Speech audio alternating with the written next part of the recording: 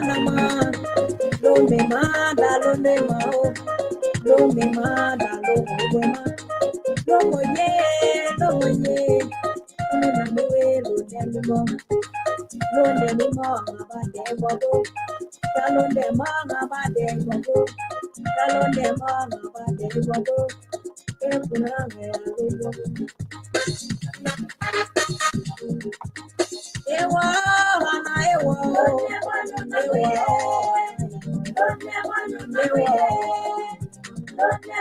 Nuna mi welo momie e kuna wenga londe mi mo ya londe manga bade bobo ana de bona oga egina ana de bona oga egina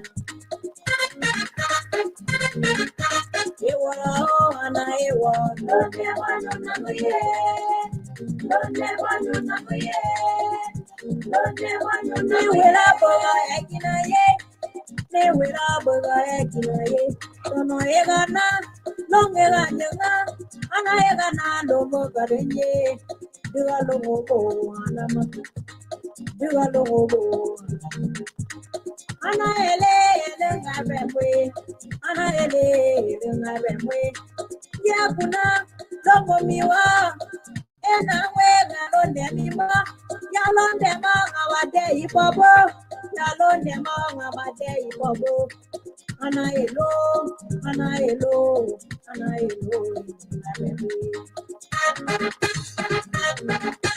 ewala ana ewa ana ewa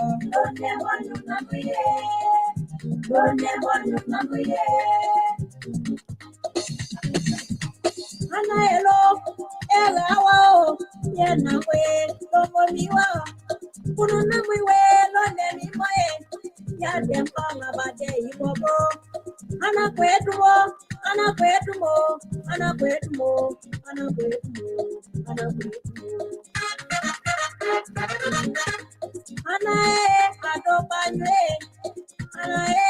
adopanywe ana go adopanyo malo na wasanyo sandala juwa ba walongo ena walongo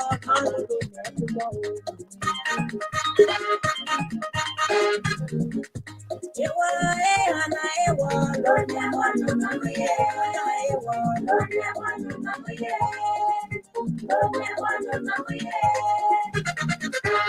nuadanga onganwa taona duale ngabemwe duale kuna moke ludeluko dabalie dudijangela ka na pebo ke lodemo daba kwejali ba mongwalo kayele li bateo kayele li ba wolongo dale nyarela diwa mongwetu nyamuwe da mongwe nyanga duba duga monugwe kedale yamalo wo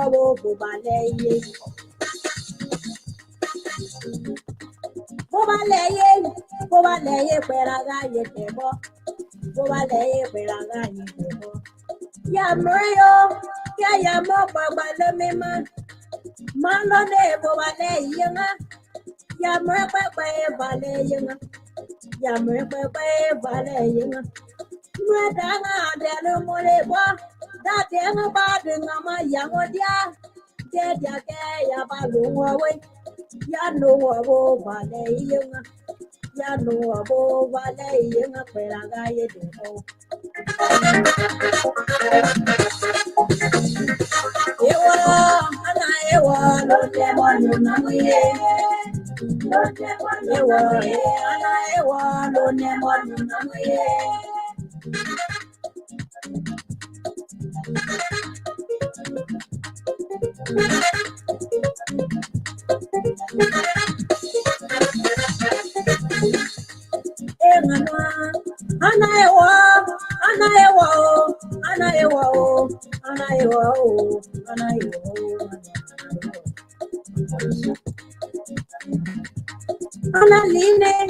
ana line bela galo nebo ana line bela dalo nebo Anaelo, malono na samyo, malono na samyo, monge bae kasamyo, monge bae kasamyo, monge bae kasamyo.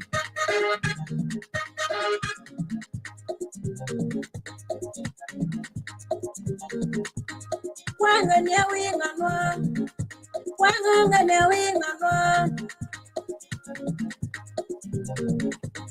Walu kuna mbege elone wa, walu kuna mbege elone wa, walu kuna mbege elone wa. Alo mayanga yele kamoba, alo yele niniba, abalo nebo abale yenga, abalo nebo abale yenga, abalo nebo abale yenga. Yole nyae yolo mana, yole nyae yolo mana, yole nyae yolo mana. Malo nebo abale yenga.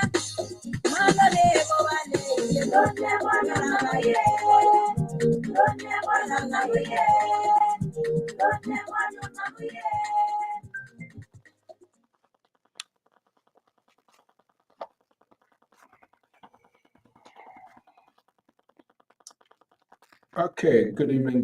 So I want to welcome our viewers and listeners across the globe. Thank you so much for joining us this evening. I am Francis Ian Souls of the Radio and Lpr-Tv. We want to welcome our viewers and listeners across the globe. Thank you so much for being here. This is the Diaspora Informative News Outlet. The analysts will be here. We're going to be having a conversation here, trust me. From our angle till this is Wednesday, all things considered, get ready for the tabata coming from these politicians, these people that are always protecting their own alligators. We're trying to see if we can connect with our guys right inside, like not Liberia, so but neighboring La Cote d'Ivoire, so that we will know exactly what is happening right there. Our main Africa Bureau, Abidjan Bureau Chief is standing by, and we hope to see if we can get a latest update. And many other things will be discussed yet. This is All Things Considered. Welcome to the show.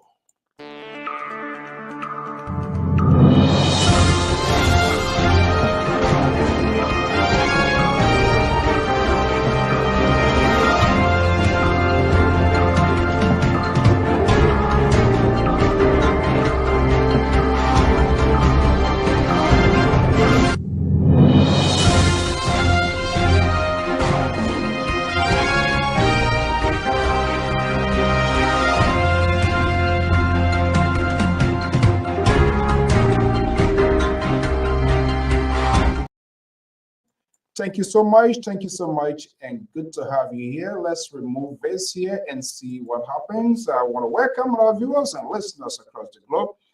I am your host, Alfonso Zia. So right here on the Diaspora Informative News Outlet, Dr. Male is backstage. Let me just bring him in, and we will see if we can shift gear. We've been hearing a lot of information from neighboring La Cote d'Ivoire, like Republic Radio.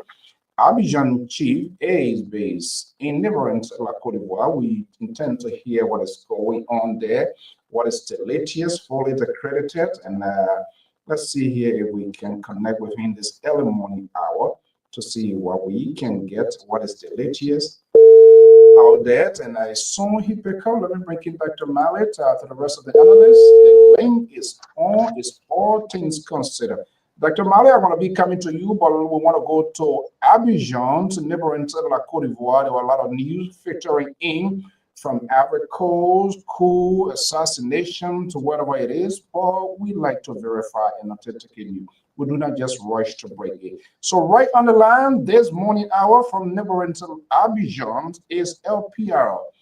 Abidjan Chief Benjamin Tegbe is on the line from the capital, from the city of Abidjan. Ben, good morning. Good morning, Mr. So, and good morning to everyone. Okay, Good to have you. So sorry, you should be in bed this kind of Wednesday, almost Thursday morning to you. But this is what we Yeah. sign off for, just to get it strictly on point to know exactly what happens, what is happening, and what is the latest. Even up to the time that we're coming here, we're getting phone call from inside Liberia, people trying to find out what exactly that there was a gunfire going on in Abidjan and other places. Set the stage for us here. How this came about, what is the latest? Oh, well, as you may be aware, this is a fake news that started since yesterday with speculation that the chief of staff of the Ivorian Armed Forces was killed, which later we discovered that it was a fake news. And this morning again, it was the same information regarding the current president, President Alassane Ouattara, hearing that there was a military takeover. But all is fake, because this morning, Abidjan has been good. People left early this morning, went to work, and then they came back home. And for me, now, even went to Yopougon in the industrial zone area where I'm doing a research work. And I was surprised when people were calling me from Liberia and even from the US about this information. But all in all, it's just a fake news. Nothing like that. Yeah. So I don't fake news. What is the government, the authority in La Côte d'Ivoire is saying? Who is behind this? What led to this? Is anyone being apprehended for any reason, as far as you are concerned? Any information from the state broadcasting corporation, government is speaking out with respect to this and where this is coming from? No, there haven't been any clarification or any statement from the government as we speak for the moment. But I was able to speak with a few individuals, someone from the airport, because early this morning, someone said from Liberia that the airport has also been on a seizure. And then even the executive mansion, which I managed to verify from contacts that I have. But up to now, the government has not come up with any position statement about this fake news. So that is unusual. Such a thing happening, and the government itself is not speaking out, is not addressing the news be a fake, even yet to be verified. What is the rationale? How would this be perceived by outsiders if the government cannot come and provide clarity on such sort of information that is in circulation? Well, other people may be in a doubt, should I say. But for me, this is a very sensitive period, not only in Cote d'Ivoire, but in any other country when it comes to election. And mind you, comes October 2025, is going to be the general or presidential election, as someone may say. And worst of all is that not only local media institutions in Cote d'Ivoire, but you have the correspondent for the BBC, VOA, France 24, Al Jazeera, and the rest of those international media institutions. Those speculations or posts that have been on Facebook, I don't know if maybe you check from your end to see if there's something as such that is concrete in terms of tangible, in terms of information. The international media institution or institutions will be the first to even break the news. So other people have been following and they say, look, this thing is just a fake news. And according to an information that I researched today, the person who actually posted that particular information about the military overtake in Abidjan, it's a Facebook account that was created on the 20th of June, 2022. And this account has been operating. So this is one of the sensitive information. However, we are still waiting patiently to see if there will be a position statement from the government of Cote d'Ivoire regarding this news. So, has there been some sort of unusual movement, military, paramilitary personnel, the presence of security forces in Abidjan relative to this? Has there been some sort of unusual military movement since this news broke out?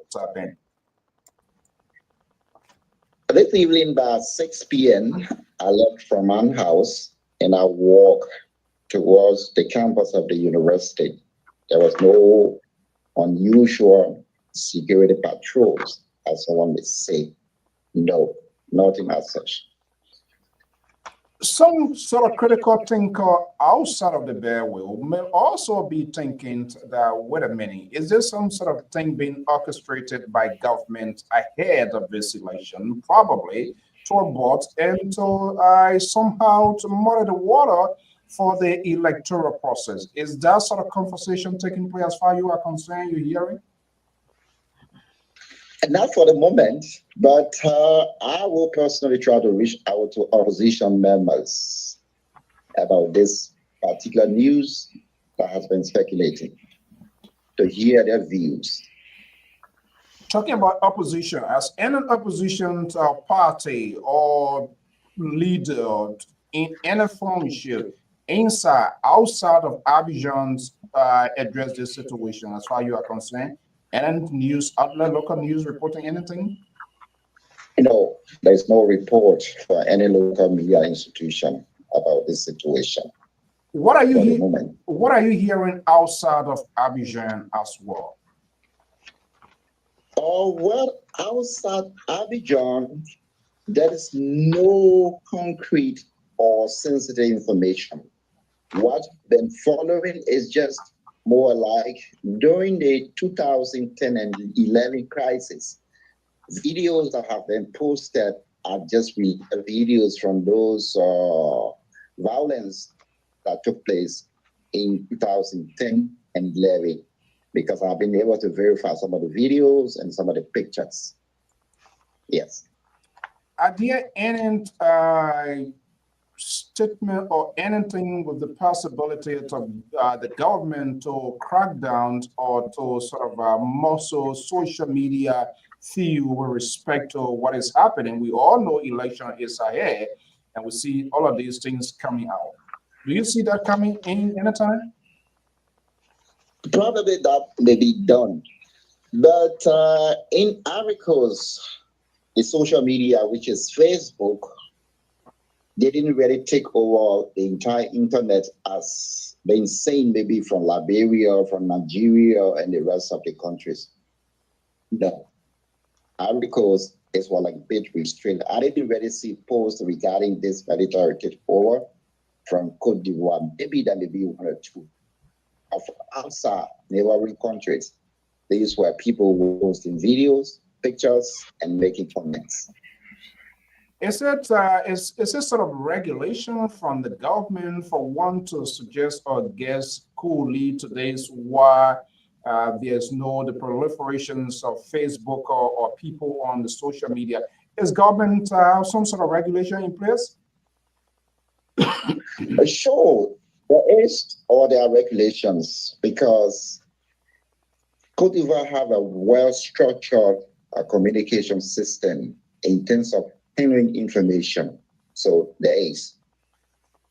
If they have a structured information, so like you are alluding to, why is the government not speaking? Even if it is fake, why not put this to a rest to allow the citizenry to move about their normal business? I am not saying they are not moving about, but to just put it to rest. Why they not speaking to that, you think?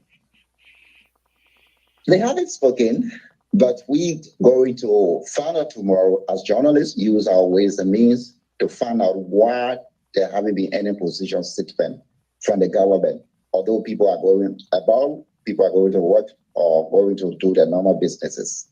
Yes, but we are going to dig a little bit deeper. Okay. You are folks are listening. They are monitoring. You are in Abidjan. What is the time, local time there now? Is everything going The normal? local time, Maggie are open. People oh are yeah, taking in their Cerebra, their defense.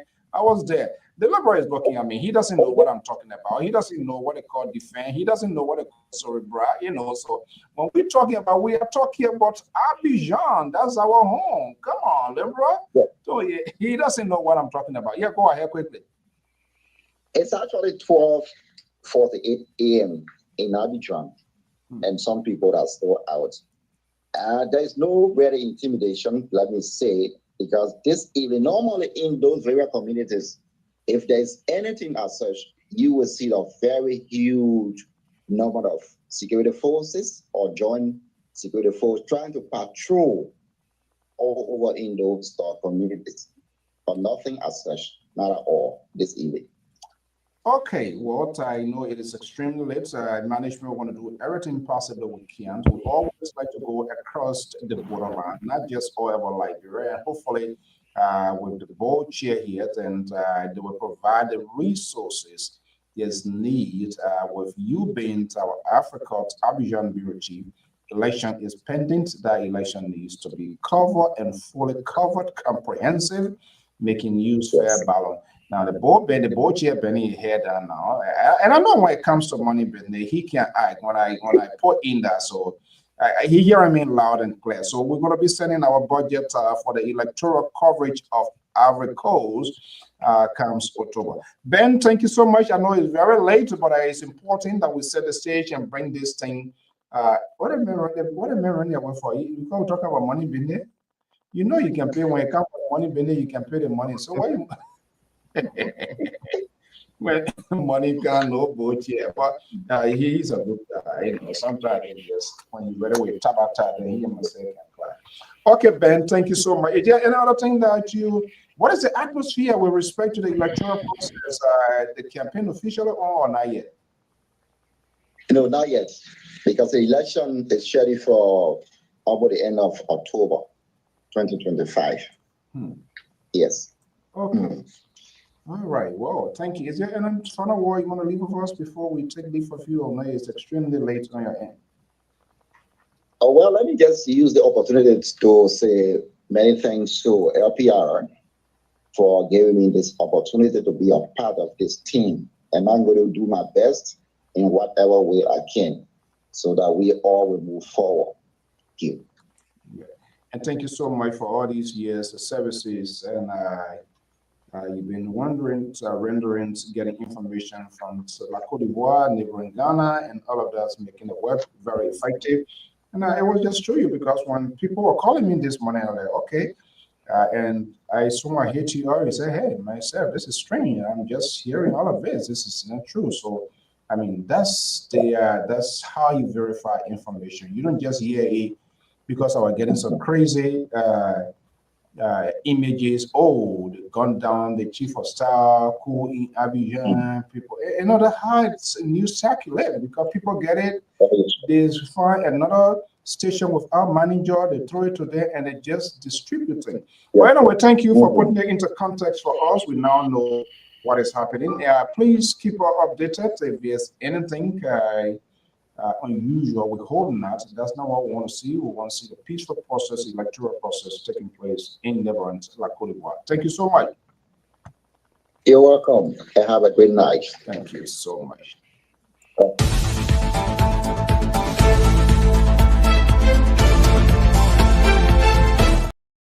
Okay, from Abidjan, right back here in the Ocean State, the New England Bureau Days of the Liberia Public Radio versus the Lee angle, the Lee host of this network. When he speaks, when he's in charge, or other folks around us. The Liberal Progressive is here after a long week ride trip. From Saxton to Philly, from Philly to Kentucky, from Kentucky to Ohio, to Alaska, to Minnesota, Iowa, Missouri. My goodness. Hey, Papi, I thought you were but later he's still trying to mention with us. Let's go. Let's run the race. Let's see who will surround us. Gentlemen, good evening. Happy Wednesday. This is All Things Considered. We want to welcome all of you. And to the rest of the folks, the link is out there. So let's have a conversation. This is All Things Considered. The Liberal, good evening. Good to have you. Thank you so much for responding. Mr. So, I think as the chairman of the board, I think I'm going to institute a panel of investigators. Will be leading that investigation. Will be Sissy Goya. For you to bring the board chairman on your show and no name tag. That's the cost of an investigation, Mr. So. Because this, I mean, in other words, nobody in the world would know that you You have a. see, you see, the reason is something. You see, the real thing you're supposed to investigate in Liberia, you're not investigating it. It's because of this burnout. That is why your name tag is not there. So let me remove it and see what are your name tag would not be there. Will you still constitute this investigation to the Liberal? As I was saying, Mr. So, thank you for having us tonight. We appreciate it. This panel is already ready and to go, but I think we will now send a message to the panel to cancel that investigation because I thought it was being done purposely to make sure the board chairman name is not up there. But now that you have put it up, we're going to have to take a second thought. But no, Mr. So, thank you very much for having us. I am very glad.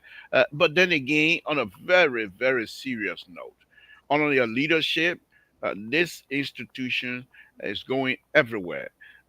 Because I too was glued to the Facebook this afternoon when I started reading all of these things, and it just brought back bad memory because you know Ivory Coast and Liberia share a common border, and we're right there situated at the border.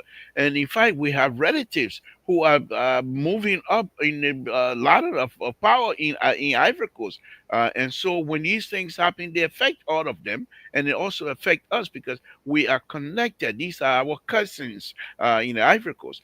And so to have these kinds of rumors going around, I'm not too sure who initiated this and for what reason.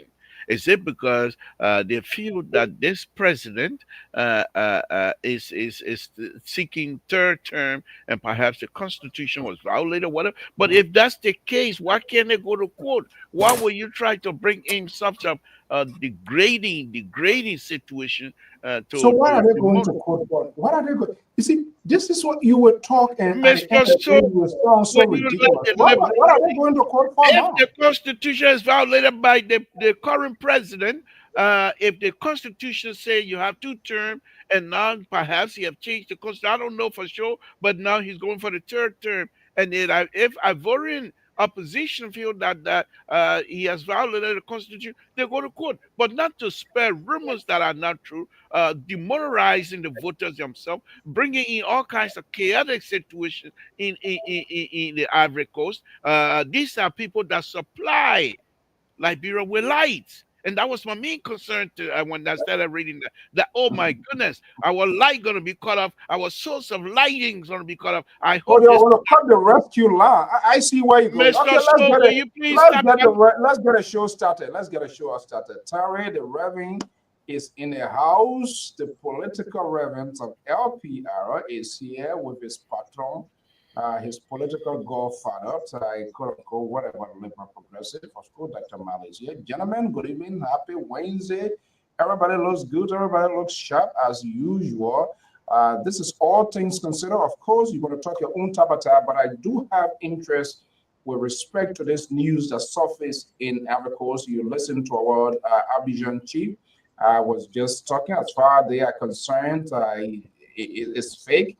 Everything is going normal. But the key question becomes, why is the government not addressing herself? Why no one is speaking to the press? Why the government is not putting this to rest to the outside world as well with respect to the origins, who behind, what is the government doing to arrest this situation?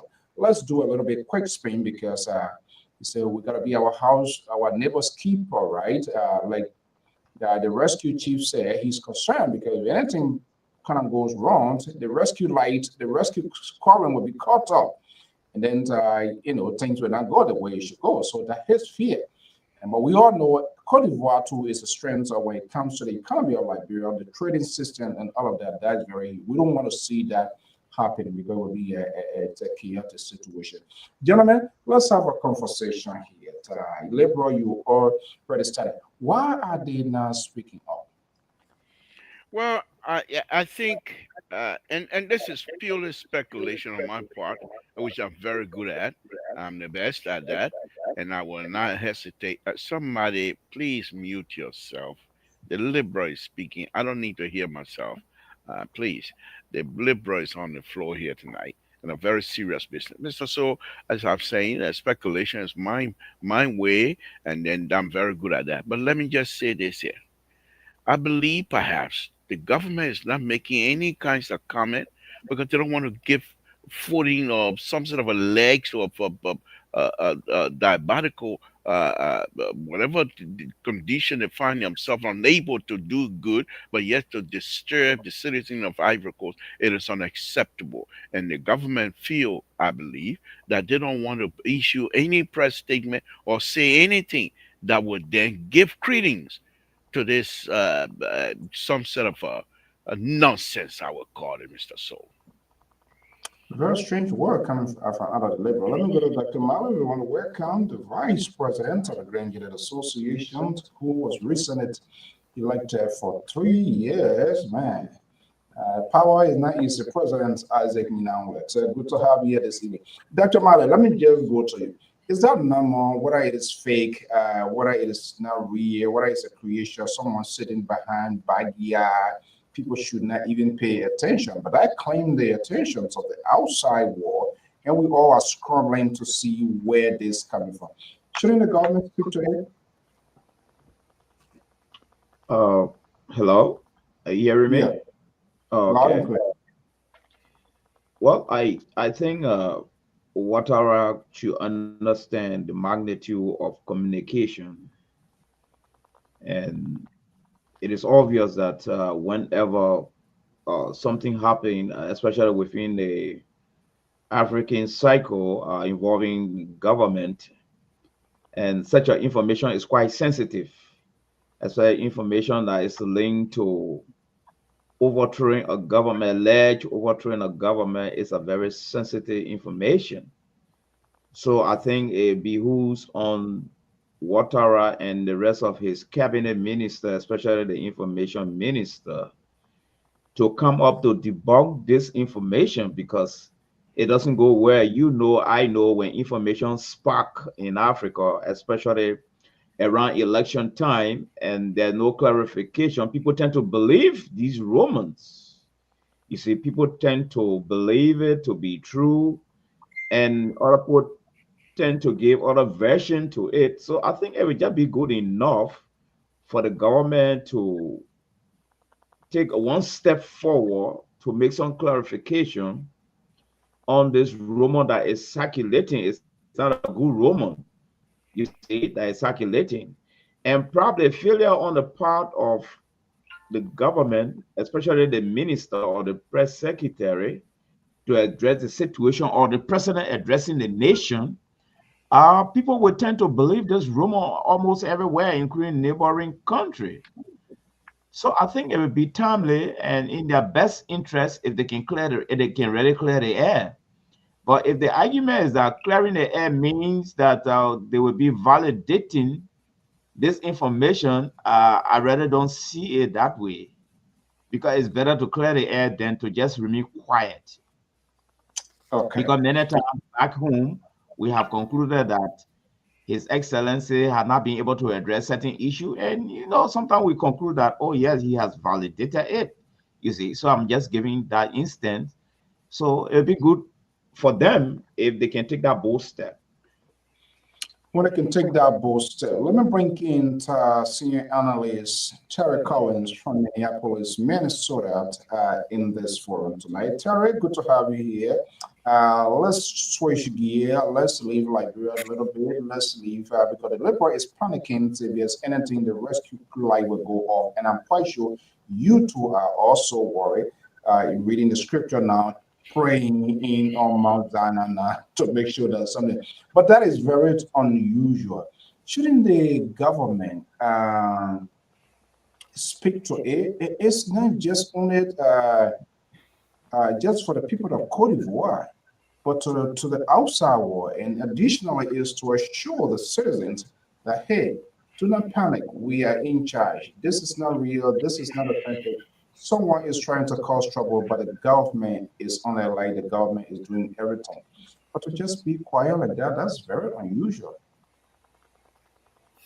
Well, it depends what the news coming from and who is saying it because it's not on international wire. So if it's not on international wire, why should the president respond? If it's not something big, I don't think You're But taking the route of the same thing you people doing, and you don't want to talk. This is where you're going. My Mr. goodness. Su, I'm looking at the presidential candidate, even though I'm seeing that they lifted the ban from on Ouattara and Alassani Ouattara. No, Laurent Gbagbo. No, the present president is He's Laurent Gbagbo. Alassane. No, he's Yeah, Alassane. yeah. So they lifted because according to what I'm reading in 2020, in 2016, they amended the constitution to limit the only 2 terms. So, but there's some kind of way they lifted that from on him, thereby allowing him to run more terms for 3 to 4. But according to the candidates for the race in October 2025 election, I don't see his name there. I don't know if he's going to run. I'm not seeing, maybe I could be wrong, but what I'm seeing here, declared candidates for 2025, I see Laurent Gbagbo, Banco, Ando Kobe, Vincent, Pascal, Jean Louis, Simon, Gbagbo, and all the political parties are here. I don't see Alassane Ouattara name among the candidates that will be running on the 25th of October 2025. So Ben, can you tweet for us? I know you still alive. I have not really been following, and that's a good piece of information here. Ben is the current president seeking re-election. That I want to, because that has been the bone of contention for which the Constitution was sort of a whatever. I can't say temporary, but when you're in leadership, that's a so I want to know, but I believe Ouattara is contesting. We'll come to that. Let's see if he tweets. I'll be monitoring the live line to see why it is. Okay, we don't know much about that yet, but the bottom line here, he has made it clear. The country is at normal. Everybody going their businesses. Election pending in October as of now, and no need for people to panic. Let's return home. A lot is unfolding. Being away, and you guys been having a lot of tabata around here. Liberal in Kentucky talking council of store. Terry on the other side, his co-host, we don't know the whereabouts. The co-host, I learned the co-host called the other day. Maybe he has gone join the rescue boat. We never knows. Who knows what are the liberal on his way to? That's the beauty. I think all of us sooner or later we need to take a side, because that's the only way you can be a commentator in Liberia. Who knows? Maybe Terry going to be the next religious advisor to the president. And which is a good thing. At least then we all will be in the picture. But let's come home here and cry our own cry. Liberal, let's look in your photo this evening. What is it? Well, I realized you've been panicking with respect to what is going on. You seems to be unease with the government that you support. A lot of things happening. We have had this conversation behind the scene. Yeah, a lot of things you talk on the record here. But let's be bold this evening here. Turn the camera off here. What are you panicking about? Mr. So, whatever we're talking about, that liquor talk, you can't hold me to those kinds of things. I thought, because I'm in the background. By the way, I'm going to share something here very quickly. There is a palm wine that is being carried by Costco and other major what you might call seller. They call it kumbaku. It's unbelievable. Palm wine, true palm wine. And I will share the link to everybody later on. But no, Mr. So, let me just say this here to you. The rescue train is doing well. And whatever I say in the background, that liquor talk, I drink too much palm wine. That why. But let me finish with that one. So you're not gonna come here and try to frighten me because you got a tape recording going on. That liquor talk. That liquor talk. The palm wine talk. Let me put it that way. Let's go this little bit farther than this, Mr. So. On a very serious note, what I'm hearing from Liberia, it seemed to me, and I think after this presidency, people will now come to realize that Mr. To is indeed a guru. They have put this old man in a bubble, and the old man actually, our father, the father of the nation, Who? President Joseph Bakai, has been put in a bubble. Then he's in a bubble, and this bubble that he's in is affecting those of us who supported him because he cannot hear us. And this is what I'm saying. Yes, I would say that. He cannot hear us because here's the thing here. There are certain group of insider of President Baka. Oh my goodness. Good evening. I'm glad to see you, Maestro. Look at that. No man see you. He's trying to put me on liar. But he ain't about me. He ain't about me. But quite look at that. But thank you for joining us tonight. We appreciate it, madam. Okay, so let me just say this, Mr. So. These people, they are certain group of insider. I suspect that when the president said do A, they do B. These people are not in it to see this president succeed. And we will follow that up. And sooner or later, they will be exposed. Because this president, President Baka, we saw campaigning truthfully, honestly, telling us what Liberia needs. And at the time, truly, Liberia needs all kinds of information. And he put them out there. And people gravitated towards him. People were walking in the mud to go vote for him because they believe what he was saying. Now that he has gotten a position, he's trying to tell these people, I've said this to the Liberian people, let's carry the witches of the Liberian people forward. There are certain group that blocking that. And we're going to look into it. In fact, they are, for example, if they were to call me tonight, and President Baka, oh, Mr. To, can you come home and see if you can do X, Y, and Z? There are certain people that will block me from going there. Even the president, if the president have given them instruction to put my knee out there, there are certain people that will block that. And we know these people. We will deal with them. We will expose them for their misdeed, and they are standing in the way of progress for this president. For this president. And it's unacceptable because this president, God has given him the power to do as much as he can for the Republic of Liberia. But certain group of people are standing in the way. And God don't like that. They will be exposed, Mr. So. Let me welcome our own sister, Madam Clark. We say good evening. We say good afternoon to good morning. So I'm going to put all in one. Good to have you here. You are more than a kangaroo. You have triumphed. You're a strong woman of God, and God is in control. He never replaces what he takes away. And I will pray for you and your husband. What a shameless man. This is unbelievable. For you to come out here to say this, to getting these things out of you. So yesterday were people in the bubble with George Weah. Is that equivalent to what you are saying now? But I'm not asking you. I do not know the answer. I don't know. Hold on. I'm not making false with you. I don't need no answer from you. I'm just saying things here. You can process it. I just want to straighten out the record. George, we are on a bubble that's stealing bubble. That's also rogue bubble. They were stealing Liberian people money and they put him in the bubble so they were still behind, unlike the president. You see, some of you people on the day of judgment, I want to see whether that glasses will be on your face. Because the hypocrisy, the sycophants are in your George Weah on, he's been treated, his standard has been different.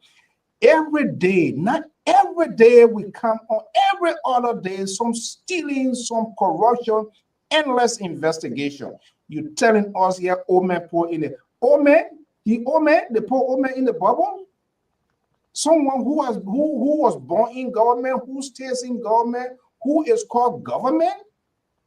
Let me go to the Reverend. Let's see which scripture he's gonna tell us here this evening. Reverend, the liberal seems to be far from you guys right now. I'm not sure how this is gonna go tonight. What are you? But you listen to the liberal. That's a blame game. That's sort of a scapegoating he wants to do now. He removing Boyka from the crime scene and say they pour him. Who they? Why should he allow people to be put in the bubbles? This was a guy yesterday who came with the torchlight of redemption. But it seems that he himself is in the middle of the river now.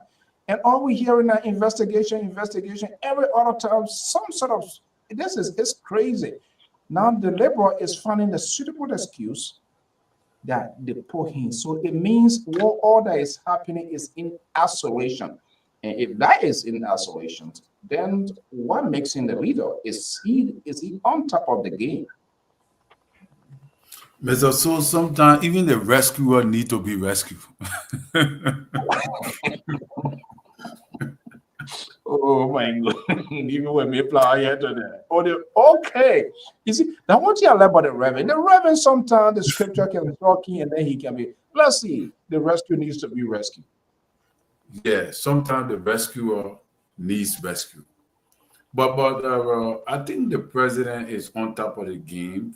But I'm just feeling very discouraged right now in the government. To be honest with you, I've been very discouraged, very, very, very discouraged. And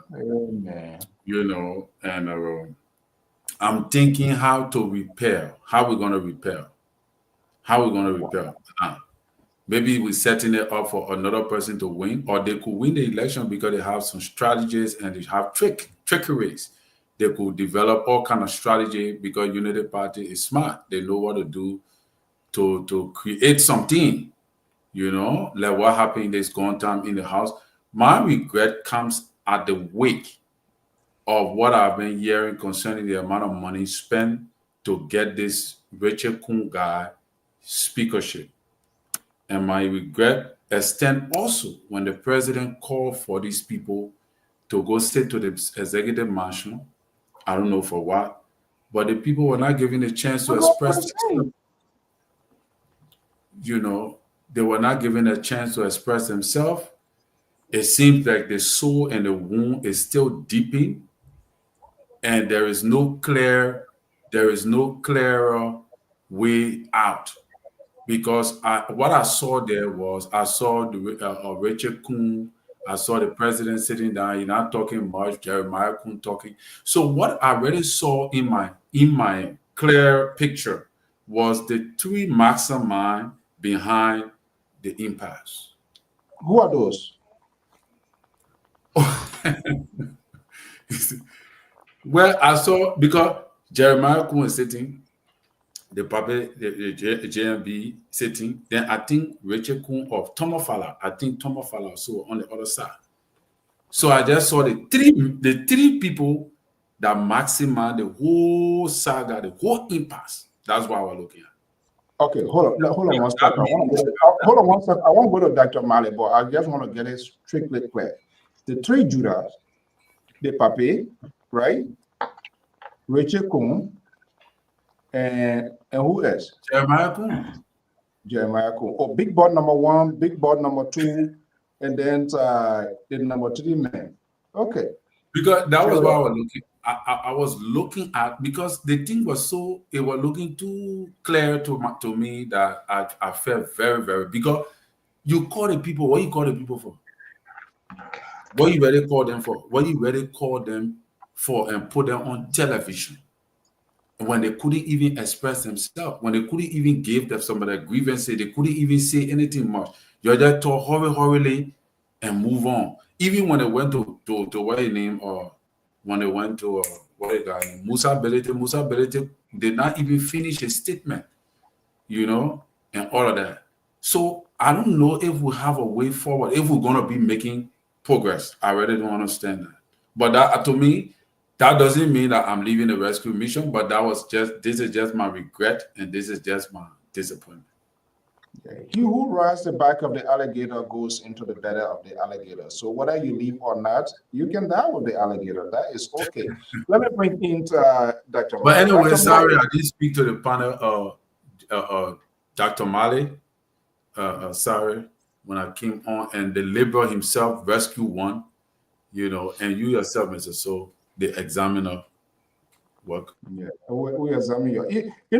We will put finger in your esophagus, and you will be forced. Now, the true confession is taking place. Their supporter, you see, Clarence on the other side, Fatu on the other side now is the outside. I don't know that your UN ambassador now. Terry, don't look at the comment. Terry, don't talk plenty. The labor talking tabata. Dr. Mali. I don't want you to dwell on these confections that are taking place yet. We knew it. It was just a matter of time. People are downhearted. People are disoriented. People are discouraged. But still, they're putting the interests of their political godfathers first. Even though this is not good for me, this is not good for the country, but I will die inside. I will sell my soul, and you're hearing that coming from the Reverend who's supposed to resurrect, the Reverend who's supposed to go into the scriptures and be bold. The Reverend say he would die in political sin. Can you believe that? Let's leave them to their own doing. Will beat them up and they will confess here. But let's go into your playbook. What a fascinating Wednesday here this evening. Let's hear you. What's in your book? Well, my greeting to my co-panelists, and their whole lot is unfolding in Liberia, but my attention has been drawn to this fake medical doctor who has been in a medical doctor field in Liberia, and I've been reading and following his story, and learned that he's fake, and he said he graduated from one university in the UK. But actually, it's not about his graduation. It's about what's going on in Liberia. Because doctors are people who are connected to the population. And if you get a fake doctor in a system, and I understand there are many more, then this baffles me and tend to allow me to ask the question, what is happening to our regulatory bodies in Liberia? You see, because the guy just, one of his surgery he conducted, a lady died, you see, and the guy is the president of the Medical and Dental Council in Liberia, was rather. And so people begin to question some of his work, shortcoming, and other things. Only to find out that the guy don't have legitimate credential to do a doctor work. And this guy worked with the hospital in Nima County under the watch of the vice president. In fact, I learned he worked within the in the vice president clinic or hospital, one of them. All right. And the guy has been removed. The guy is parading in the system. He had not been brought to justice. And it baffles me the type of country we're running and the type of government we're having. And where are the checks and balances to get to weed out the dangerous character? Like a doctor who have got a lot of connection with a lot of people in the system. And there's the information that the death rate in most of the hospitals, starting with Iadere, all the way to Dusai, we understand the death rate down there. I mean, it's very pathetic. People undergo operation. According to my sources, They had to survive. I think this is a red flag that we need to move into and really find out what's going on with the institution, and who are these people really carrying on, rendering services to our people, and the kind of thing is scary. Are you? Oh God. So, okay, let's have a conversation here. The liberal, Yeah. no.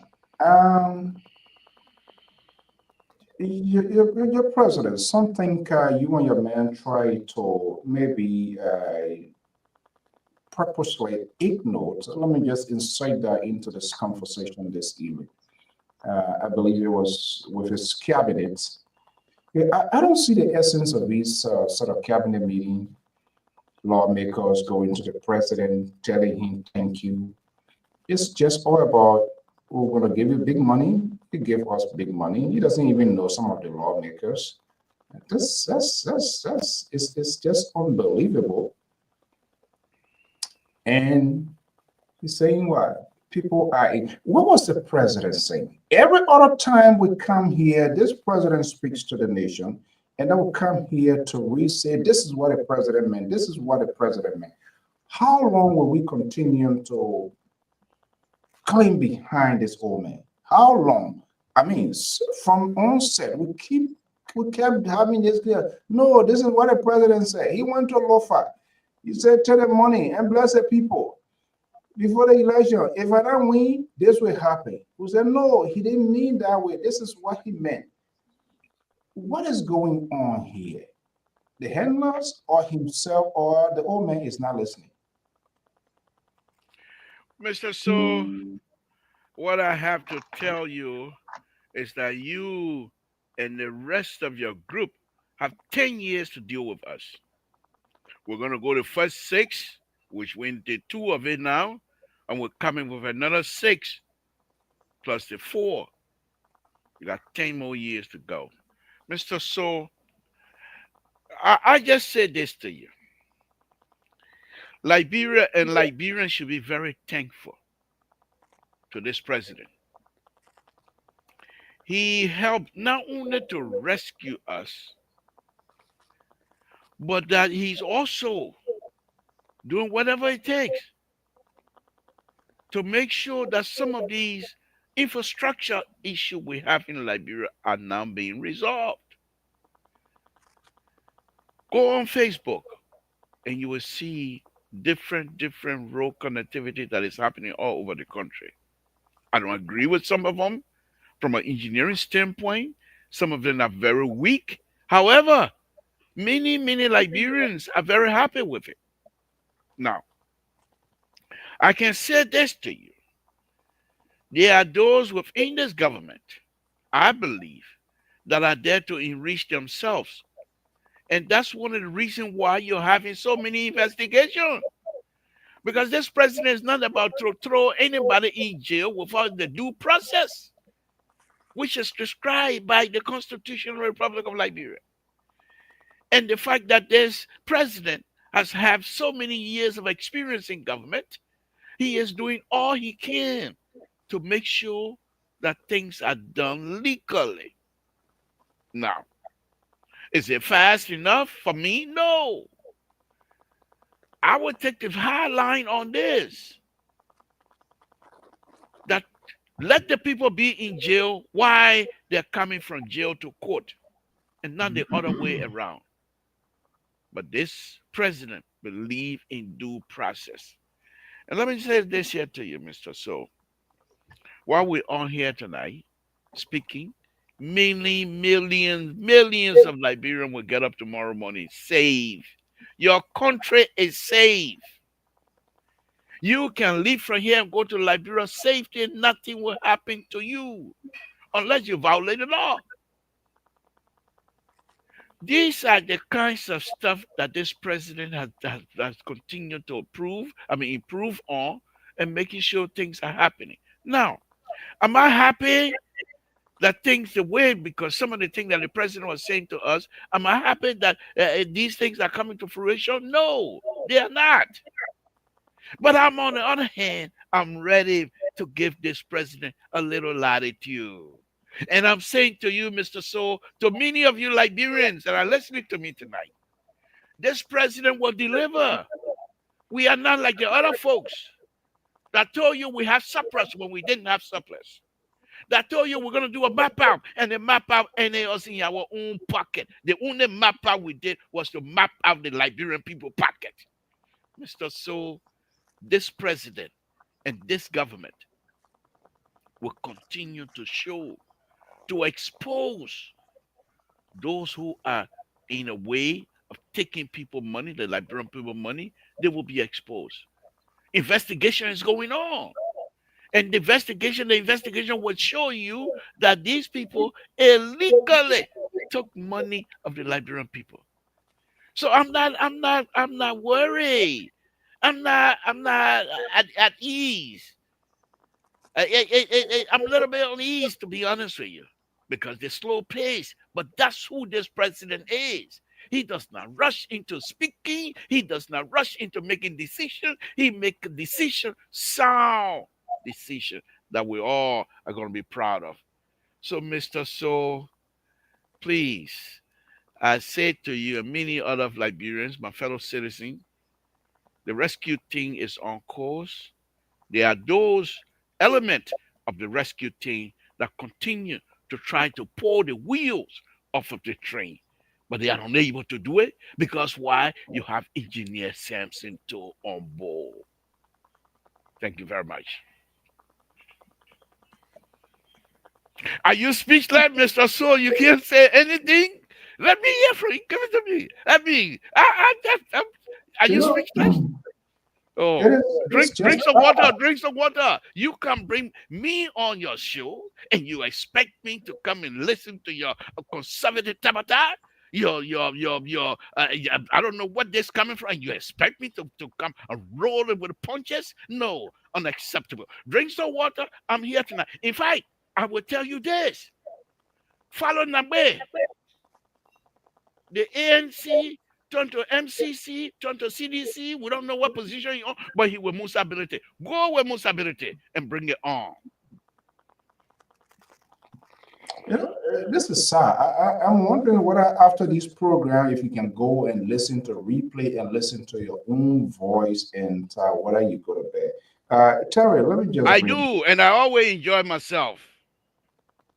Okay, well, Terry, let me just bring you on here. You listen to the liberal. Well, I mean, every other time there's some sort of potential or alleged crime saying they will investigate. On from day one, since this movement was inaugurated, investigations over investigations over investigations, no result, no one being held liable. I think he himself needs to be investigated. Why these investigations are not conclusive? So probably he himself will need to set up an independent thing. Here we are here, the Liberian investigators in reporting the Minister of Labor. I mean, his entire surroundings is contaminated. It's infested with corruptions, dishonesty, deception, and he is not doing anything. This guy, according to what investigators reported, 8,000 work permits without just discretion. So now Liberia, trust me, people getting the thing is not for nothing. Cooper crap. Samson told the liberal friend that his friend, he can't deny that. No. Why is GOL not acting? Why every other time we come, yes, there are some good things, but it appears 99% of the bad things, and that's what happened, it has overshadowed. The rescue seems to be a plan that strangulate people.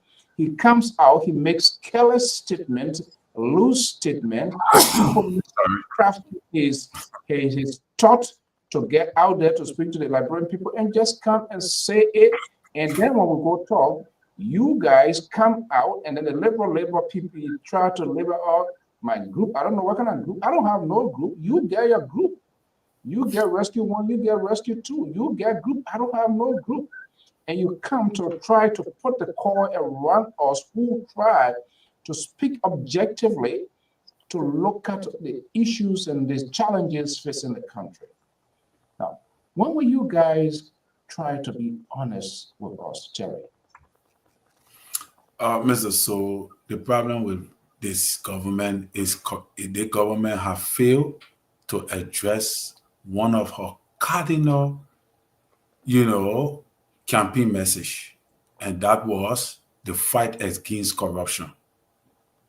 They promised to persecute those that stole. They promised to bring the previous government to book on allegations of corruption, and they have failed. And in my opinion, so why are they not doing that? That's what I'm saying. That's the reason why Cooper Cry is walking away with these kind of allegations that are terribly denigrating to our society, wherein you're giving over 8,000 work permit to foreigners in your country, thereby denying your own citizens the opportunity to work. Shows that in the government, the president cannot take no major action, and he just had a cabinet meeting, and we never saw any stringent action coming from there. Shows that the president is weak. Is he in charge? He's in charge, but it seems like he's growing comfortable with the reality of corruption, which could bring the government down. The only thing I have problem with the opposition is not ready. That's why United Party will beat them like market dog, because the opposition is driving a narrative with the same old people that stole the people money. What are people they put in? What are people they bringing to the Liberian people to say, okay, we exposing all the corrupt practices of this government, but these are the people we are giving you for you to look up to bring the change. You're not doing that. You're bringing the same old people yesterday that they all is stealing that was also accused. So the people say, okay, we're hearing you, but who we will follow? Who we want to follow? So this is my thing here, right? Cooper Crash should have been held in contempt on yesterday from the hearing, from that Senate, something I heard. If I was in the Senate, maybe my one vote was not going to matter, but he would have been held in contempt. And I listened to Samuel Koga trying to come in defense of him, but Yombi Kanga broke his wing. And I see something brewing because that the man from Nima County. So Koga wanted to come in defense to rescue him from Dara Dillon. Koga master again? Yeah. Go listen to the interview.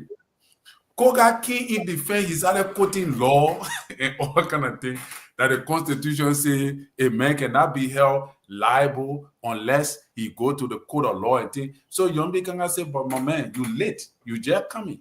This man came here before and we addressing on the issue. We are starting from where we start. So Koga said, okay, he accept and he declared.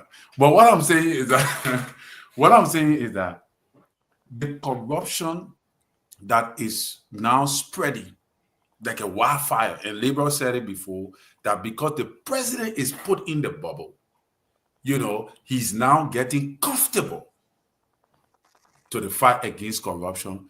Which thing happened to previous government? Which thing happened to Madam Sirleaf? And thereby she came up with a position statement to say one of her greatest regret was the fight against corruption. So it means President Boka is failing on one of his cardinal campaign message. Is he unaware? Is he unaware of his surrounding? Huh? Is he unaware of his surrounding, things that are happening? Well, like I said, Mr. So he's aware of the surrounding, but he's getting comfortable because he found out that most of the people involved in these things are people that is difficult to get rid of.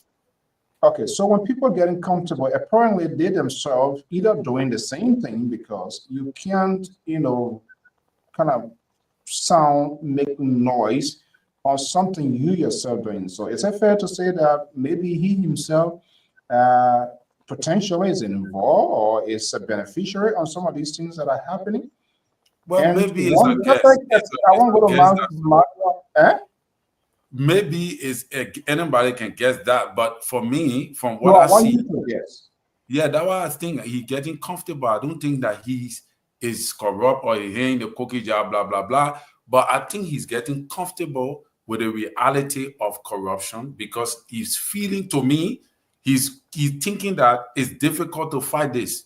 And my fear for him is failure to fight it. You can do all the development, you carry road, so you do the other road, you did it, don't want the people will listen to the radio and hear that $10 million was disbursed, it disappeared. Nobody, the library, the other person get job, the other thing happening. And that is what will make the people to vote against you. Look around you, look at all the African countries. You think Nigeria is not developed more than Liberia? Nigeria is far developed than Liberia, but the people, they get on the street the other day, they demonstrated in the country against corruption. Look at Ghana, they're better than you when it comes to infrastructural development. But one of the major problems with Africa and African leaders is the inability to fight corruption. And I think President Boka have decided to fall in that web as well. Because they themselves are corrupt. And so, look, Dr. Mali, these guys are trying to salad dress this whole thing here and trying to walk fine line. They do not want to call the old man out that he's corrupt. And we can say he is because he hangs around people. Perfect example, retired suffering, who ate Alexander Cumming money 2 days to a major event. We don't know the outcome of that investigation. The guy went to Cote d'Ivoire, way, driver, whatever thing. Guess what? He is the ambassador of the rescue team now in such a place. So, I mean, come on. Why is he hanging around people who have this sort of dirt? And the later then they are unable to call this guy out. Instead, they are carefully wording their statement. They're putting in the bubbles, the people that surround him, removing him from the crime scene. Now, is it helping us? Well, I think the president move has just exacerbated the ongoing corruption in Liberia. During the campaign, His Excellency said on one of the Nigerian radio stations, a Rise FM radio station in Lagos, in Abuja, and he said that when he wins, corruption will be thing of the past.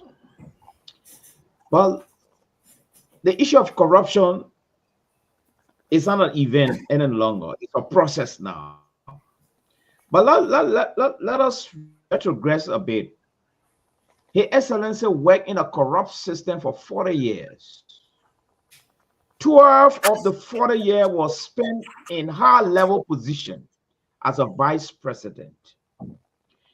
His Excellency is not stranger to corruption. He worked in a government of Samuel Doe. He knows what corruption is. He served 12 years as vice president. He knows what corruption is. He knows these corrupt actors. All right? And so the president, he's not stranger to corruption. He one of those that can testify what is corruption and how corruption has permeated our society. He one of those who can attest to these things. Now he's in the driver's seat, like what Collins said. What has happened? Because if even the people in Ghana are saying that the puppet is like a white sheep, okay, but you can't be dancing around corrupt agents, knowing their deeds, knowing what they do, dancing with them, then you say you're not corrupt. That's what baffled me. All right, look at the house. The last time they just shared some money at the hotel with a Pharaoh group. His Excellency heard the news. We all heard this news. Probably most of us don't have the facts. But what happened? His Excellency gravitated toward this group, even though he said he's not corrupt. So why are you finding favor in corrupt officials in Liberia? You see, every time there's a news of corruption from one angle to another, investigations are always inconclusive. So then the question now is His Excellency unable to fight corruption? The answer is yes. And as Colin said, to be frank with you, you can do everything in that country. If corruption is not penalized, if people are not sent to court and they go through the judicial process, and someone is thrown to jail and their property confiscated and money retrieved to serve as a deterrent, corruption will continue to flourish in Liberia from time to time. And to be very frank with you, there's going to be one of the biggest disappointments on the part of His Excellency, his failure to really fight corruption. All right? Joseph Boakai failure to fight corruption is going to haunt him. He will do everything because from day one, you saw that the last 12 years, that government were all entrenched into high-level corruption. You know, I know. It was the same government he emerged from and became president today. He refused to go back to order this government and even order himself. What is the sincerity? He said he was going to audit Georgia government. He got stuck. He limited himself to two institutions. I mean, four institutions. One of them will remove the NSA. All right. What happened to the results? No one knows. You see? So to be frank with you, I think His Excellency has failed desperately to fight corruption, and I think His Excellency is frustrated. And to be frank with you, it is a foregone conclusion.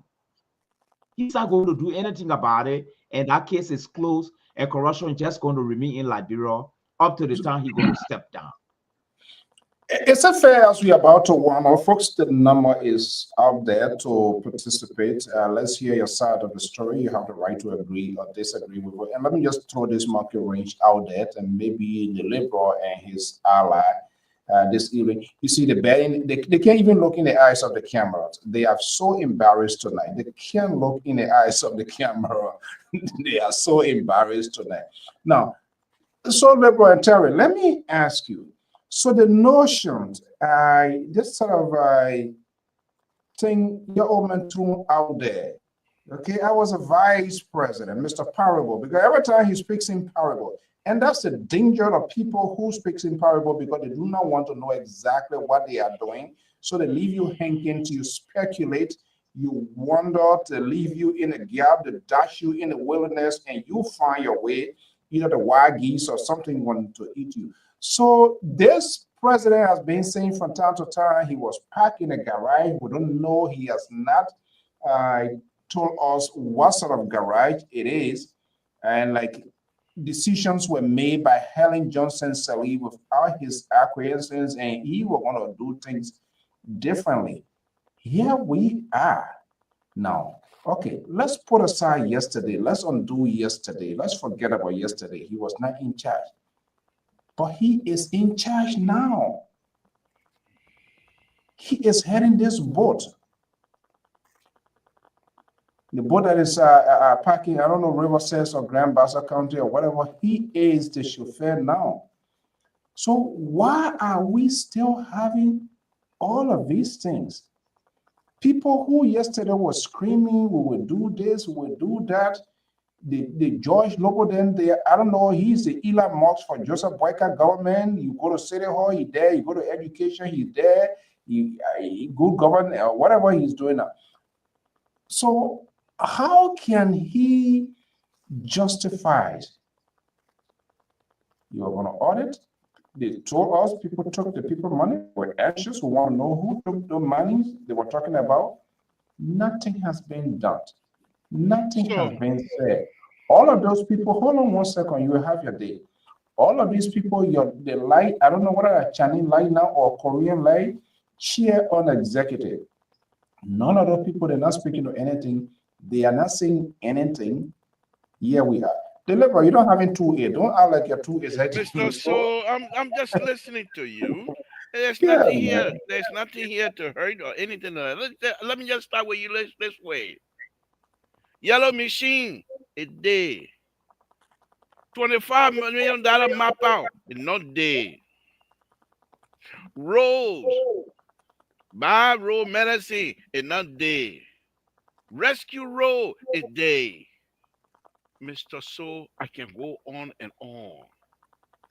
Now, Terry says something here very Scholarship. For a little scholarship. Mr. So, you're not gonna be the one to put words in my mouth. I'm gonna be the one to speak out what I want to speak out on. So I feel bad for you.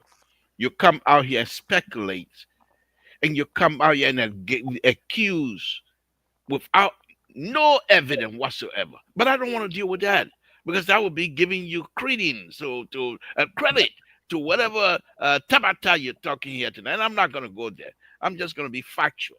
Give you facts, tangible. Tangible, I'm giving you. You can put your hands on it and count it. That's what I'm giving you. Now, Mr. Soul, let me say this here to you. Terry said something earlier that he was a little bit discouraged. I too feel discouraged sometimes. But let me just say this. This is what we have in our country. I told you from here earlier today that indeed there are some elements within the rescue team members that are not quite there yet. They might not even get there. Now, it might seem to you that the president, whichever way you turn, you hear corruption and what have you. Now, if these people, if these corrupt news that you're hearing, if people in the rescue team, if they don't want you to hear, you will not yay. They're the one bringing it up to you for you to yay. Why will you not get a small credit step again? Eh? You send out your LPR every day. They meant this, they meant that. This man, the road to your own county, according to the report, is clear as shiny. The road to Nima County is there, shiny. You even get voting grant there. They put the man putting road there. You are not getting one vote. You don't thank God for that one there. You ain't got no voting grant there. What you got? What you got? What number you got? You got no numbers. Why should the man even waste the time putting road in there when you got no number to give him? Why can't you go put road For where the real? numbers, Mr. So? I'm making a point. I'm making a point. You ain't got no real, ain't got no number. You can combine Southeast, the entire Southeast, most rather gonna be here. You ain't got number. Combine number from Southeast. You're not able to Nima County. But nevertheless, the president is saying to many Liberians that there is no North Liberia, South Liberia, East Liberia, we're all Liberians. Even though you got voting Grand Union County, but I will do my best to carry a road there so that the people of Grand Union County will be relieved. Mr. So, this is the inclusiveness of this president ideas.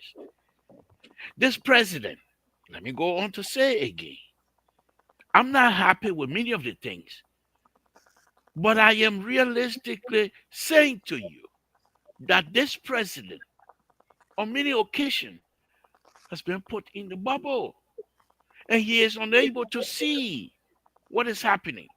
And Terry said earlier that he's becoming comfortable. I agree that indeed he's becoming comfortable because if he's in the bubble and not seeing the reality, he's only seeing what the people are telling him. Then of course he's going to be comfortable because they're not giving him bad news. Now, let me be frank with you here. This is where I differ with my own friend Sir Johnny, who happen to be the cousin of the president. You should be able to explain to your uncle Sir Johnny has been one of those in the vanguard of politics, of Liberian politics, for a very long time. He's one of those in Rhode Island, one of those, and I work with him, one of those who have always sought the interest of the Liberian people. Now he has stayed very close to the power, and I don't even hear anything that this president is indeed put in a bubble. And Sir Johnny, who is quite aware of bubble, is not able to make sure that his uncle carry on these things in the way they're supposed to be. And we heard the president talking about, say, I went to Ghana, and the Ghana, some investor told me about this. That investor supposed to tell the president, what's wrong with you? That you're the running president. You don't know these things were happening? That somebody in Ghana supposed to tell the president? That's an embarrassment to these people. That's an embarrassment to our friends, the Cassidy and Sir Johnny in there. They should be the one to tell the president what is happening. Not some investor in Ghana. How the investor in Ghana know that you're close to the president? You're Anthony Cassidy, the ULA president here. When he was running campaign here, he was on LPR, talking all day. Now he finished with it. That man going to cause a labor, so be careful. Anthony, it will cost me when he cost me. I finished with him. He will never cost anybody. Oh, you cause who? No, I will not cost. I will be intellectually involved. I will be intellect. Let it cost me. Let it Okay, cost me. all right. But let me finish. Let me finish this, Mister. So please, if you don't mind. And my ending statement here is this: it is an embarrassment to have these people, and they are all educated. They can read. They know exactly what is happening in the government. Why are they not telling their uncle that this is X, Y, and Z? When the investor in Ghana told the president came to announce. That's also to show to the Liberian people that these so-called nephew that I have, they're not doing their job, because they're supposed to be the one to tell me, not an investor in Ghana. What they got on me? They got nothing. Nothing. Why? Because I don't need anything. If I'm even called to do anything, it's for me to help. For you to leave here and go to Liberia to work, many of us, if we do that, it's be to sacrifice our finances. It'll be to take a pay cut. So yes, indeed, if we do take these kinds of positions, yes, we are taking a pay cut. But if I were to be invited, I would do more than what the people are doing right now, to be honest with you, Mr. So yeah, one of your rescuer calling because he's shrieking out the hair. Let's hear him. Mr. Clarence Davis. Hey, Mr. How are you? I'm doing pretty good. I've been headed from the Tawata tonight and all. You're from your 2 men, right? No, the UN data Mali, the doing the Nigerian talk show is doing pretty well. And the rest is doing pretty well. As for we, the rescue team, we are not like the past group where we're dancing Buka and getting to say Papu is strong.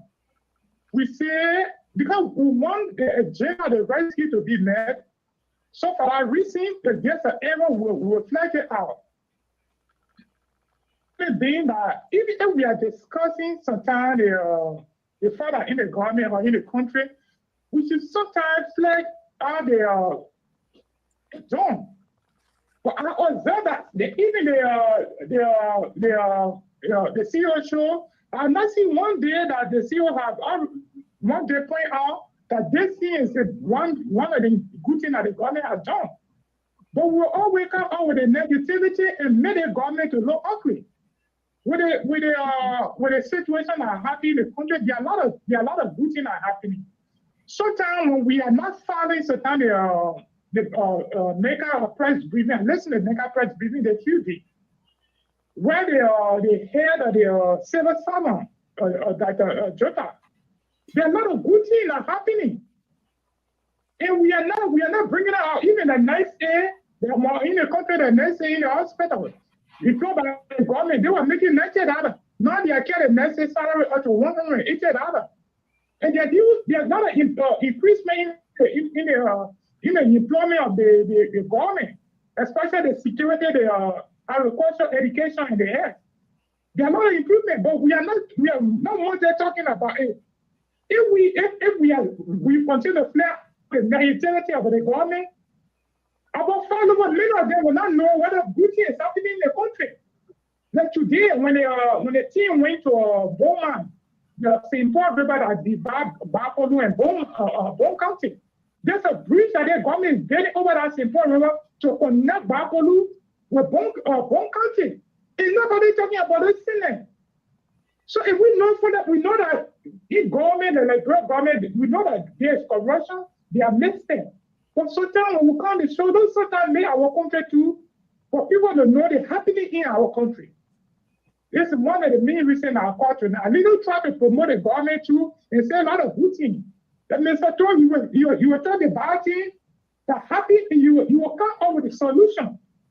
But you and your co-host, everything about the government is getting it underway. You pay attention to a proper defender now. It really is shocking me. Thank you for the show. You're still on inside. Let us break it all. Let break it all. Give you some talent now before you go to bed. Break it all. Yes. You get a Tabata from Clarence, David? I don't know about it, but they are called. Oh. That's why this is here for. I listen to how many start calling. Let's hear you quickly. We almost. Mr. Davis. Your own government, their own thing they say they do. Have you ever listened to talk about what they did? First of all, your the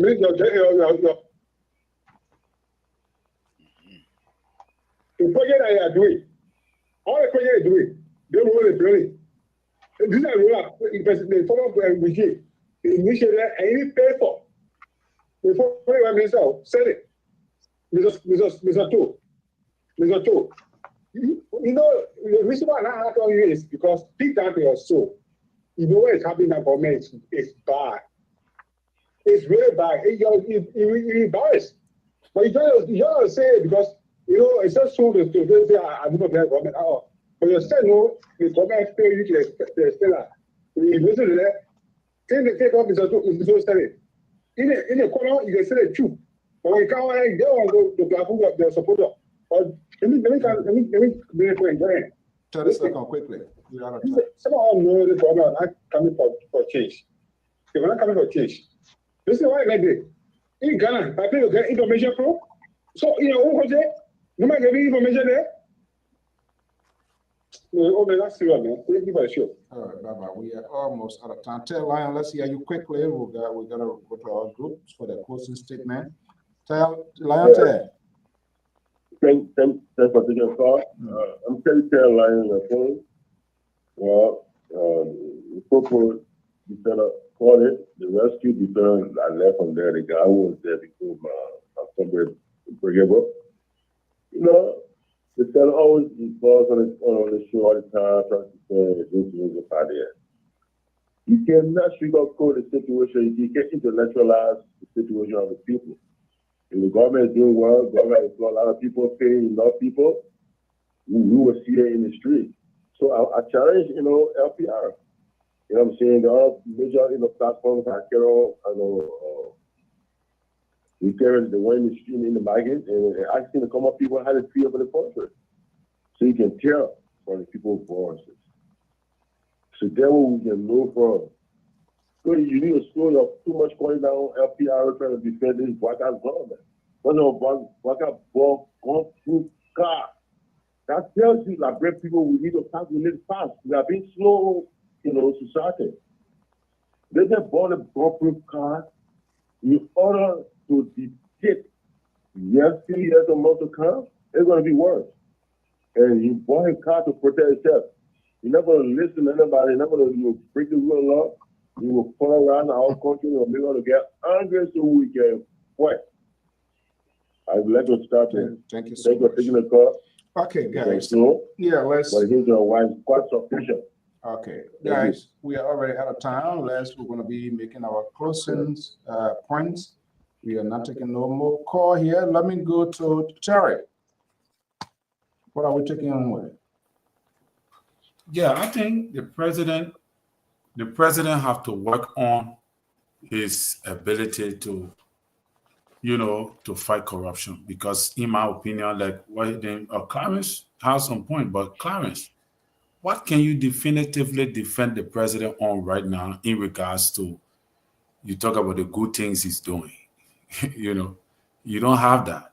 You don't have real solid record to reveal that the president has achieved a milestone achievement that the Liberian people can boast of and say, okay, we are sure that after President Bokar leave power, this thing that he have done will remain with us forever and we will benefit from it. We don't have that yet. Now we're in the process, but we don't have that yet.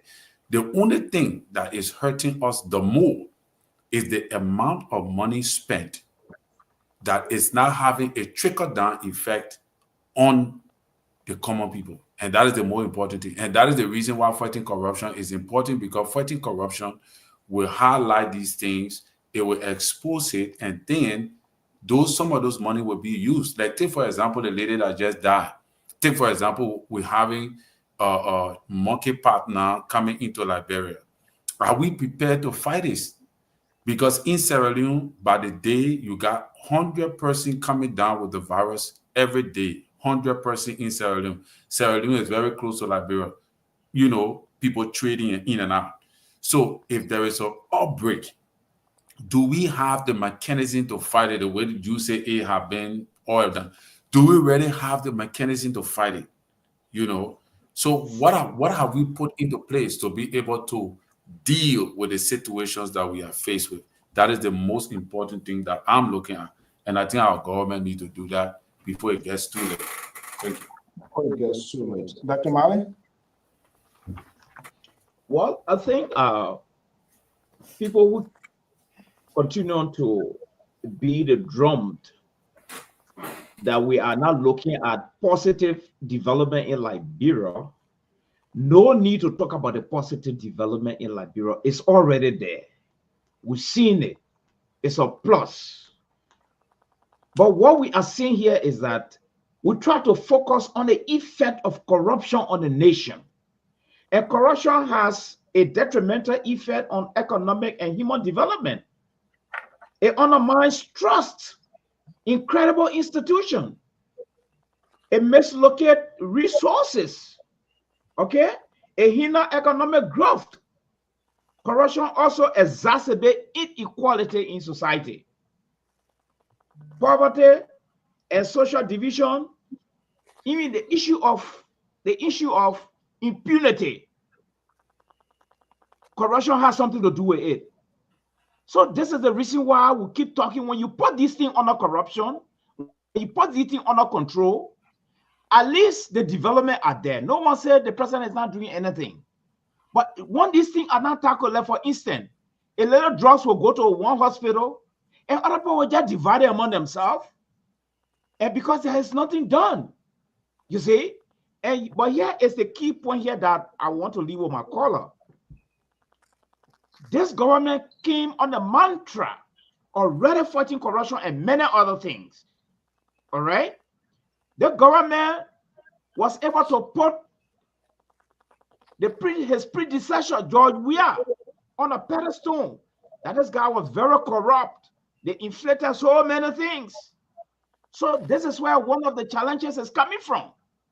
So if the president cannot do well to flip the sheet and let people see what George Weah did and what he did, it becomes a problem. Then there is the possibility for someone to conclude that, but when it comes to other things, the president is doing well. But when it comes to corruption, George Weah and the president, they're having the same formula. And we don't want for that to happen, because corruption is undermining, corruption undermines a whole lot of stuff. You see, so there's a reason why it's good to look at corruption all the time. All the time is very good. Thank you. Thank you so much. One of our analysts just called in, so we just got to squeeze in there now, but I want to make it brief as possible because we are above time now. Keto, are you there? Yes, sir. Thank you so much. I've been following the show. I don't know what happened. We have not been coming. I haven't been getting notification when the show come on. You check Probably your reach you all. check your notification. I think I sent it out.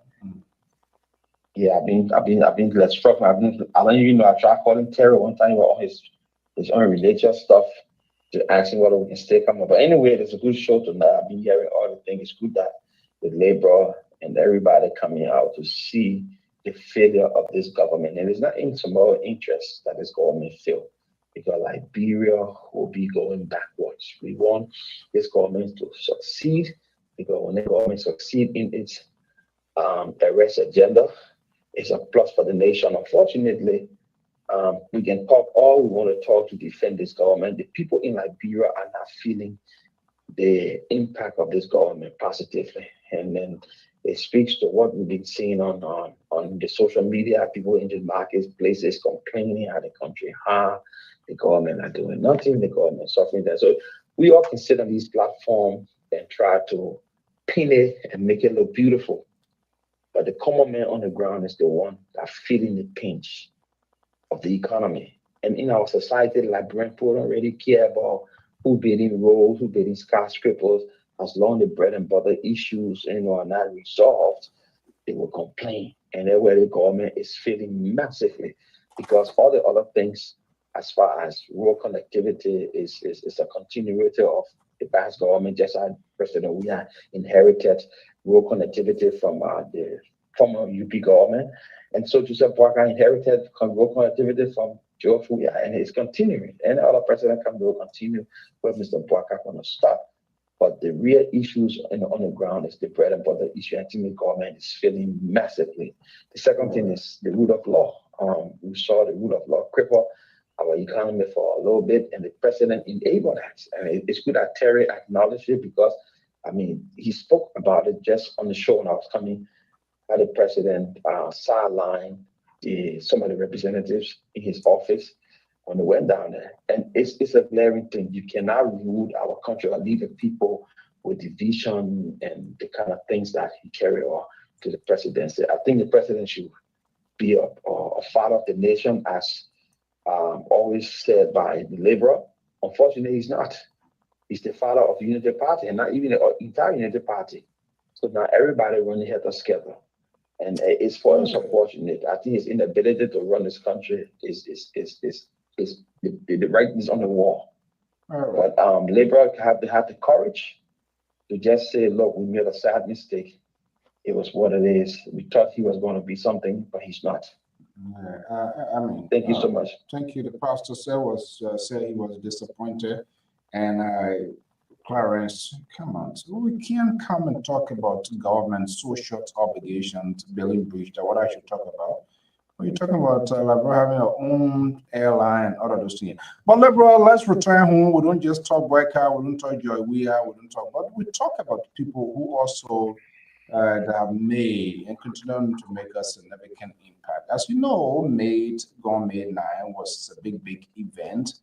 And I know you watched some of the images, but I'm just let me just bluff you here a little bit. Let me just bluff because I am blessed. I have all my people around you. You have to fly from California to Ohio to go farm, either go pepper soup or whatever. But for me, I got my short call from yesterday. My TV, I went pick it up right now. Oh, I had a very beautiful time. The door closed on you. No door, that door will never close. I rebuke you. Anytime going on the highway, I stop. But we had a very beautiful event. It was colorful. It was really wonderful because our sister, she has done a lot for the family, and not just only the family. I mean, you know the history. So, guys, I know if you want to run that, it's okay, but I just want to tell him he got to get on the plane to go see people way in Ohio on my own. Right here, when I go into work, I start right on the highway. When I go in New York way, the other place there's to start. In the middle, it's all over. See why it looks like when you're around your family here. Let's take a look at this colorful event that we had on the 9th of May. But he's one of my favorite uncles because he's just really been the voice of reason. He's always been there for us, and we're just gonna have him speak. So Uncle Wilson, if you could please come from the back. He's been serving, so give him a hand clap. It's been a joint effort. Uncle Wilson, thank you.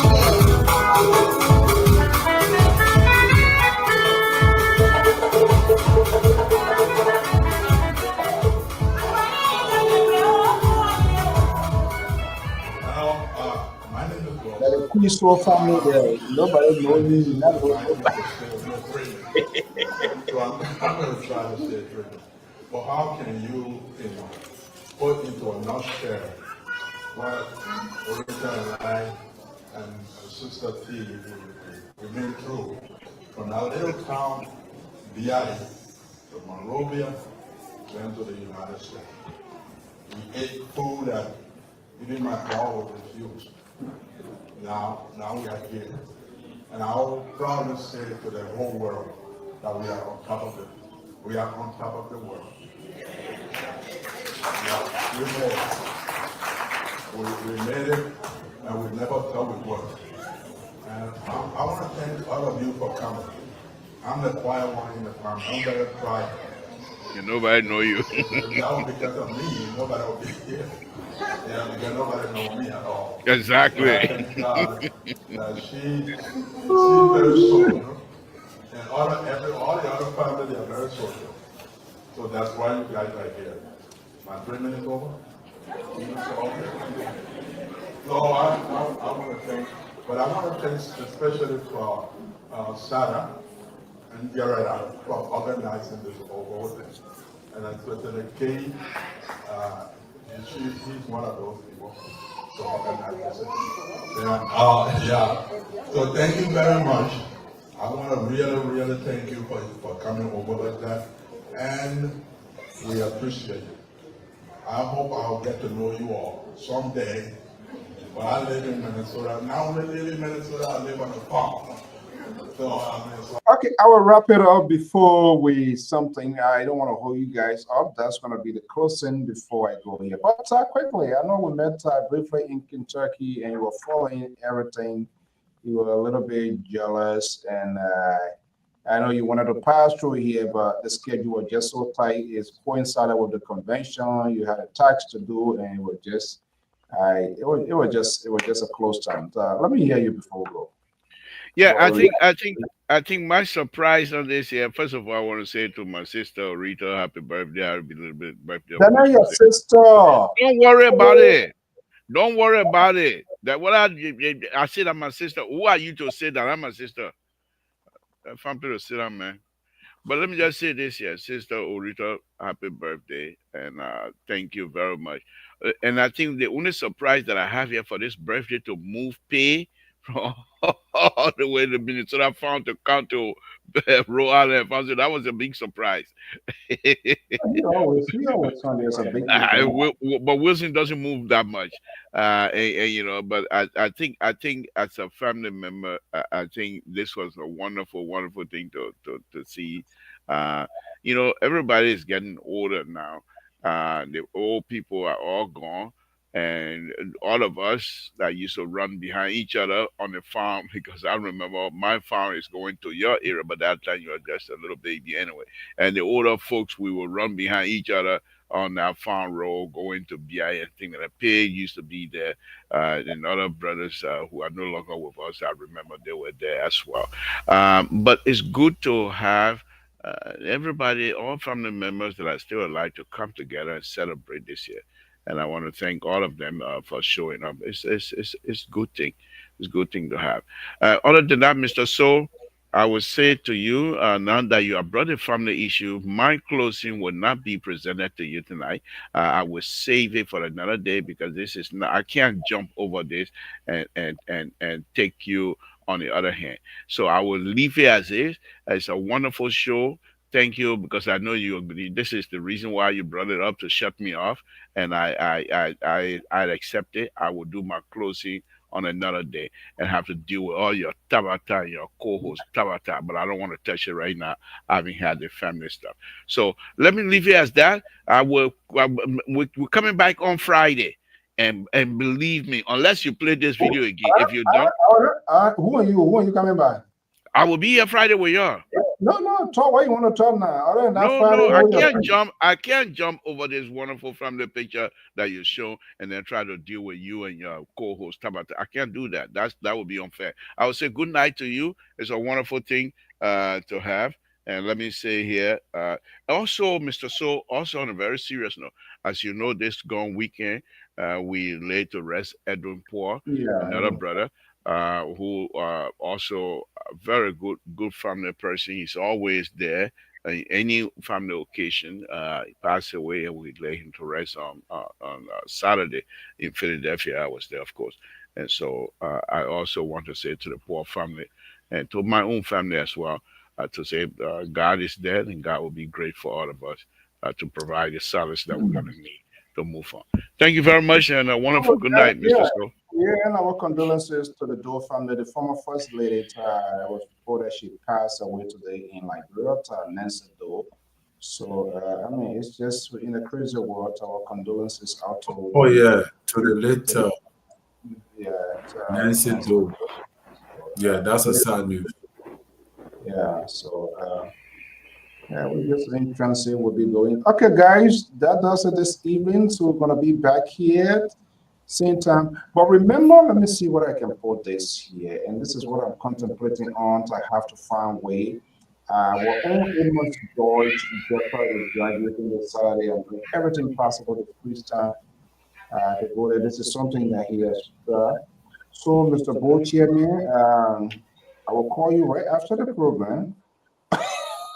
Guy, we got no money, maybe no boat. Yeah, you run away. Where you running away for? I'll bring you back here. Where you running away for? You running away from April George? Mr. So, I have noise in my background. That's it. Ibn Joyce, I'm not running away from Ibn Joyce. I'm happy. There was no noise that now we talk about. But yeah, Pauline George is the daughter of our own Amos George in Atlanta, Georgia. So she will be a big day for her. Yeah, but I'll call you. We'll share a note. I think he's anticipating that there's a way we need to do everything possible. We know he's absent from this network now for a considerable number of months. And we all know the silence. He broke the silence. He broke the news here with respect to what was happening in his life. He still talk, and he said, "Hey, you guys, I don't know what's gonna happen after here, but just praying to meet this day. That is the day of his daughter graduation." Mr. So, please excuse me 1 minute, just 1 second. I also want to say congratulations and thank you very much to Mr. Nathaniel Crypaw, who is the station manager, and also to Mr. Mazola Gizi Loverboy for carrying the Mr. Poor funeral services live on LPR. I thought they did a wonderful job, and we were all being praised as member of LPR, and I really, really do appreciate them showcasing our talents as a member of the media institution. Thank you. Go ahead, please. Yeah, so like I said, for George, it's a very tough one. We all know that. So we just hope and pray that he sees the date. Is tomorrow is Friday, Saturday. We just hope and pray that he still be around to see his daughter graduating. That's one of his biggest prayer. Considering all that is unfolding, he wants to see this day. So we'll talk behind the scene and see what it looks like, and how our person can be felt. I don't know why the Minnesota politician. I'll have to reach out to him. I don't know what his plans are, but we'll see what happens. Well, on that note, guys, have a pleasant evening. I will see you. Thank you. Good night. Right. Bye-bye. Wait a minute. I might not see you all the time, but I hope you'll recognize me when you see me, and I'll recognize you when I see you.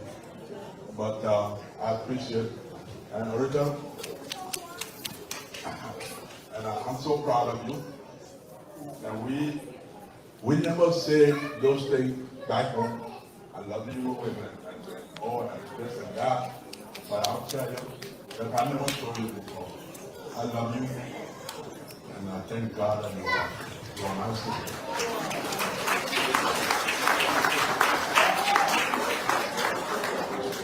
Thank you, Uncle Wilson. So we have 2 more people.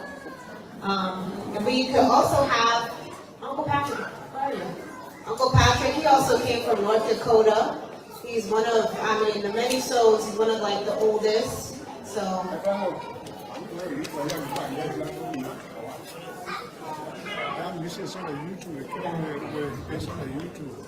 Hello, everybody. For those of you who know me, I've been sick. This is none about it. My wife is just for all. I don't come on the program either. I don't appreciate her. She barely improved in 1989. I came from Ghana. And she finished speaking with Babylon. The men speaking, no one knew I was there. I know one knew she was there. I've been sending everybody money. I didn't know that you were here. But when I go by, I will fetch your document and make sure you stay in Abidjan. For the document will go through for your country to America. From 1989 to 1999, 10 years I spent in Abidjan before I come here because of this sister. We're done. The control. That's all I have to say. Thank you, Uncle Patrick. Before we let Uncle Alfonso speak, I just also want to shout out all my aunts and uncles that are here. Again, you know, when I think about the Soul family, they've all helped out in many ways and mighty ways. So thank you guys for putting this together, even though like me and Sana also helped out. But thank you guys for, you know, making this a success. Uncle Jerry is one of Mommy's younger brothers. If you know the story, I'm not going to tell the whole Soul family business, but if you know, you know. If you know, you know. And Auntie Nina, and Uncle Dedrick, and Uncle Patrick, and where's Uncle Edward? Uncle Edward, where is he? Somewhere over there. And Auntie Lydia, and Auntie Delaware, and Uncle Tommy, and Uncle Gay, and you know, there's so many souls that are here, so just also wanted to acknowledge them. Even though they don't speak, they're also here just representing the Soul family. So let's give them a hand clap. Thank you. All right, so I also wanted Uncle Alfonso. You know, he usually is the MC for most of our events, but he's also behind the camera. So we're gonna have him come up, Uncle Alfonso. Woo. Hold on. So recently I decided to do something that was very bizarre. I didn't tell any of my sisters. I went to my primary and I told the doctor I wanted to do a surgery in my throat. So he said, for what? I said, I want to sing, but my voice is not good. So he was sing for who? So I said, my sister, we had in the honorary program. He said, get out of here, you're crazy. So I said, okay, but I decided to go back to Grandia, where I came from. When doctor fails you, and I know she's a strong gospel woman, so I went to Grandia and got one gospel singer. DJ, talk to me, let me see.